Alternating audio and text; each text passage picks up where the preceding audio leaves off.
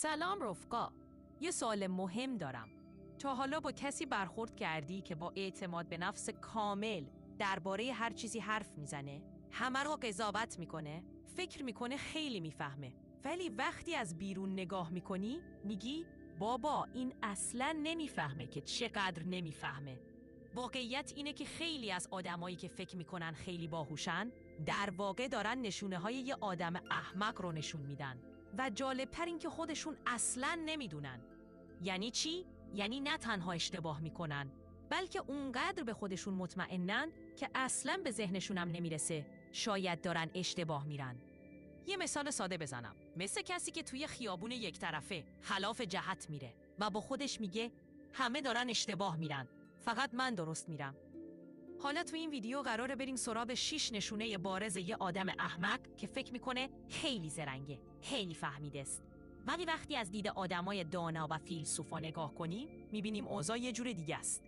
اگه حاضری، بزن بریم سراغ نشونه اول. نشانه اول، همه چیزدانی کاذب، اظهار نظر درباره هر چیزی. خب بریم سراغ اولین نشونه یه آدم احمق که فکر میکنه خیلی باهوشه، همه چیزدانی. آدمای احمق معمولاً یه ویژگی مشترک دارن. در هر موضوعی از شیر مرغ تا جون آدمیزاد نظر دارن. از فوتبال گرفته تا اقتصاد، پزشکی، روانشناسی، تاریخ، سیاست، فیزیک کوانتومی و حتی تغذیه گربه. ولی نکته اصلی چیه؟ اینه که اطلاعات درست و عمیق ندارن. فقط با اعتماد به نفس بالا حرف میزنن.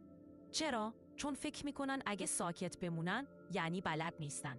در حالی که انسانهای باهوش خیلی وقتها سکوت میکنن چون میدونن نمیدونن. مثال واقعی، تو جمع نشستی بحث میکشه به یه موضوع سیاسی پیچیده. یه نفر که تا دیروز دنبال ویدیوهای طنز تو اینستاگرام بوده شروع میکنه تحلیل سیاسی دادن. اونم نه با شک و تردید، بلکه با قاطعیت میگه آقا مشکل اینه، راه حلش هم اون. در حالی که یک خط مقاله درست نخونده یا اصلاً نمیدونه فلان کشور کجای نقش است. برای کسی که واقعاً باهوشه راحت میگه راستش من در این مورد اطلاعات دقیقی ندارم، ترجیح میدم نظر ندم.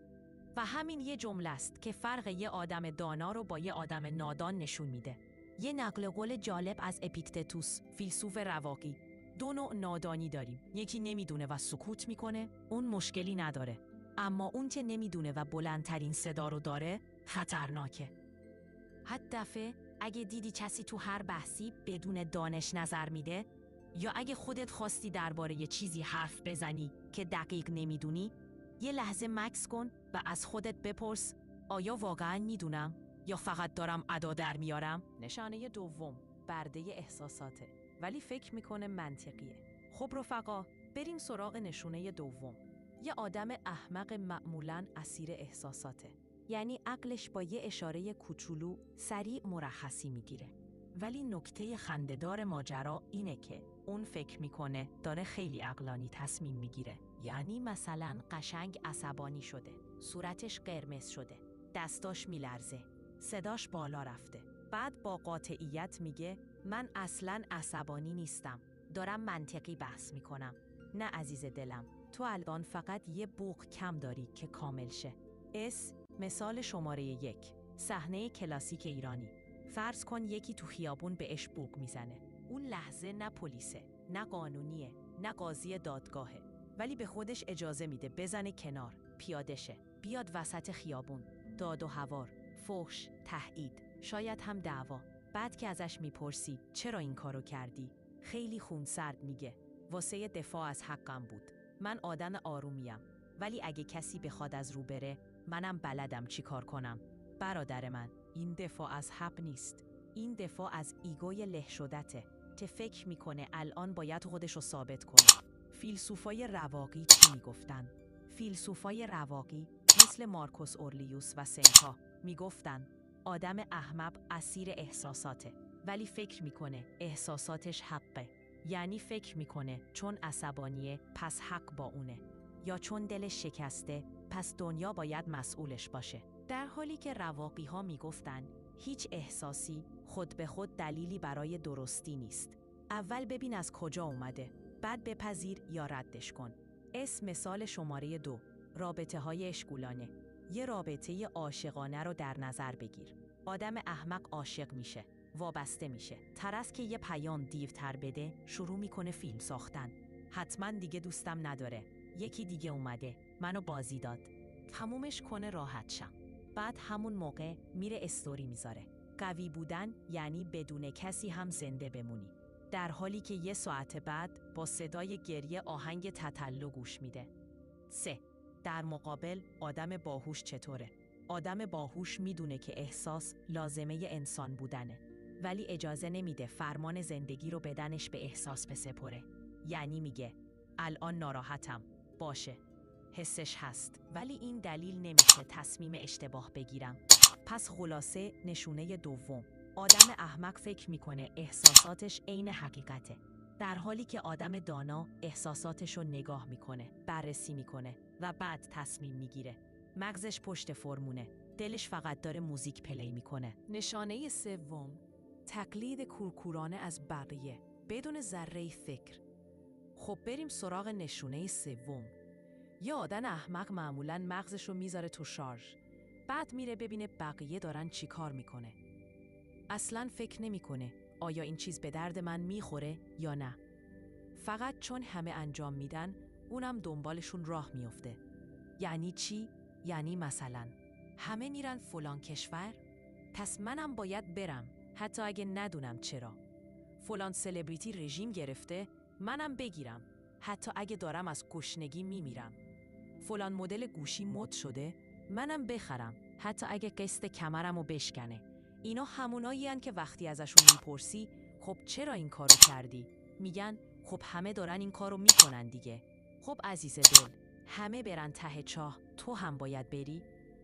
یه مثال بامزه. فرض کن یه نفر میره باشگاه، یه برنامه تمرینی عجیب غریب پیدا میکنه تو اینترنت، مخصوص قهرمانهای بدنسازی.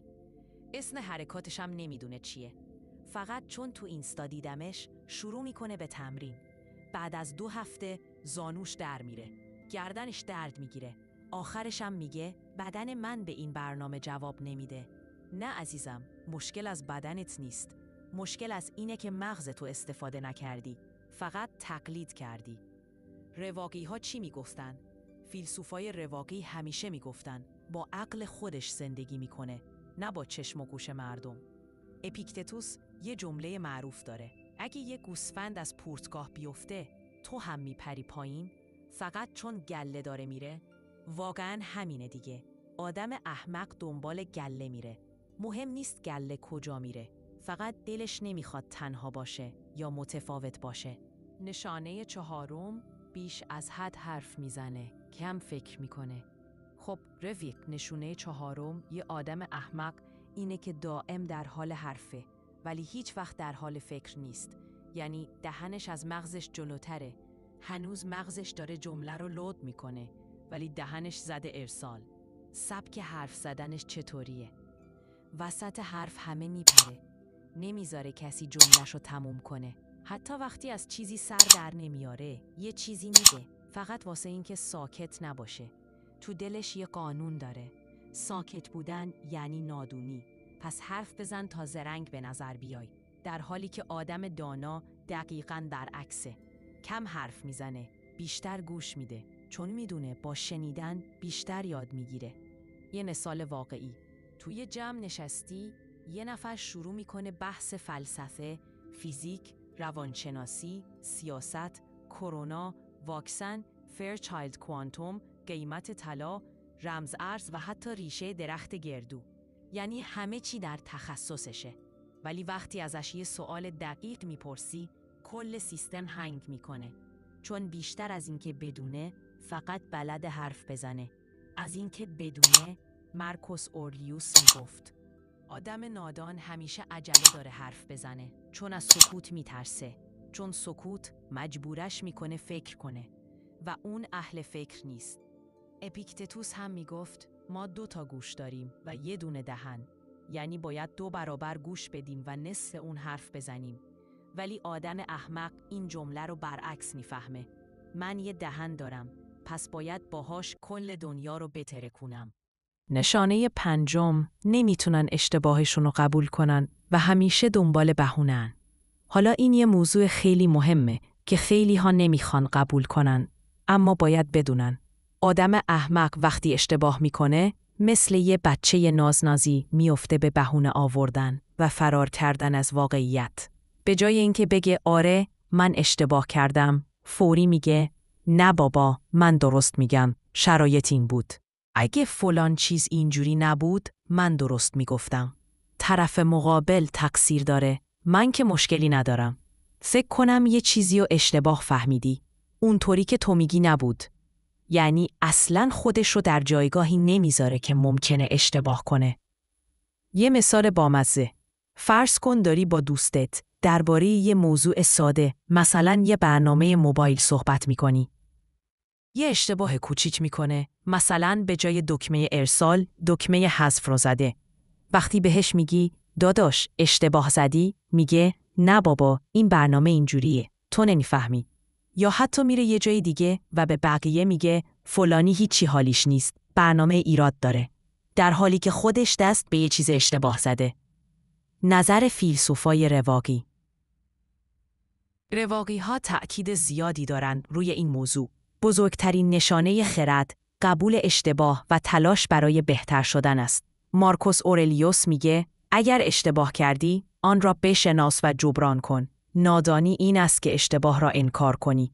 اپیکتتوس هم تأکید میکنه. آدم دانا وقتی خطا میکند نمیگوید این تقصیر دیگران است، بلکه میگوید من چه کاری میتوانم انجام دهم تا بهتر شوم.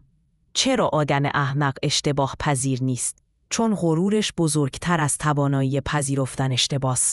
فکر میکنه اگر قبول کنه اشتباه کرده، دیگران میخندن یا فکر میکنن بی‌ارزش است. اما واقعیت اینه که قبول اشتباه و اصلاح آن نه تنها نشانه ضعف نیست، بلکه نشانه قدرت و رشد. حالا خلاصه نشانه پنجم. آدم احمق همیشه دنبال بهونه و فرار از اشتباهاته. هیچ وقت نمیگه من اشتباه کردم. آدم باهوش اشتباهاتشو میبینه، قبول میکنه و سعی میکنه بهتر بشه. نشانه ششم.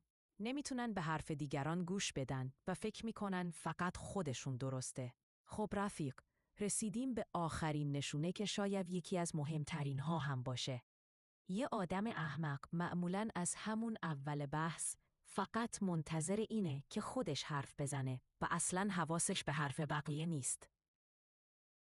اینطور نیست که بخواد بشنوه، بفهمه یا حتی با دقت گوش بده، بلکه فقط منتظر وقتی نوبت حرف زدن اون رسید، یه حرف جدید بزنه تا نشون بده چقدر زرنگه. یعنی چی؟ دقیق تر. وقتی یکی حرف میزنه، تو ذهنش داره آماده میشه که چی جواب بده، نه اینکه به حرف طرف فکر کنه. اگه کسی نظر مخالف داد، سریع دفاع میکنه، حتی بدون اینکه اون نظر رو درست بفهمه. کلاً شنیدن براشون یه کار خسته کننده است. دوست دارن تو بحث فقط خودشون برنده باشن و همه رو ببرن سمت حرف خودشون. یه مثال واقعی. فرض کن تو یه جمع خانوادگی داری درباره موضوعی مثل ورزش یا سیاست حرف میزنی. یکی هست که اصلاً به حرف کسی گوش نمیده. مدام وسط حرف بقیه میکره و حرفشو قطع میکنه. وقتی بهش میگی ببین یه دقیقه من حرفمو تموم کنم، با یه لبخند کنایه‌آمیز میگه باشه ولی حرف منم آماده است و دوباره شروع میکنه به حرف زدن. نظر فیلسوفان رواقی. رواقی‌ها همیشه میگفتن شنیدن بخشی از حکمت است. اگر فقط حرف بزنی و نشنوی، مثل کسی هستی که گوش نداره.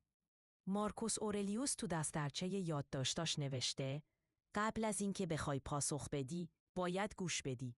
سکوت یعنی تمرکز روی حرف دیگرانه. اپیکتتوس هم میگفت عقل یعنی توانایی تغییر نظر در برابر دلیل قانع کننده. اگر نمیشنوی، پس عقل نداری. یه نکته طنز. خیلی وقتا تو بحثا آدم احمق یه جورایی مثل رادیوی خراب میشه. فقط نویز پخش میکنه. همه دارن تلاش میکنن یه سیگنال درست بگیرن، اما اون فقط مدام دکمه پخش حرف خودم رو فشار میده. خلاصه نشونه ششم.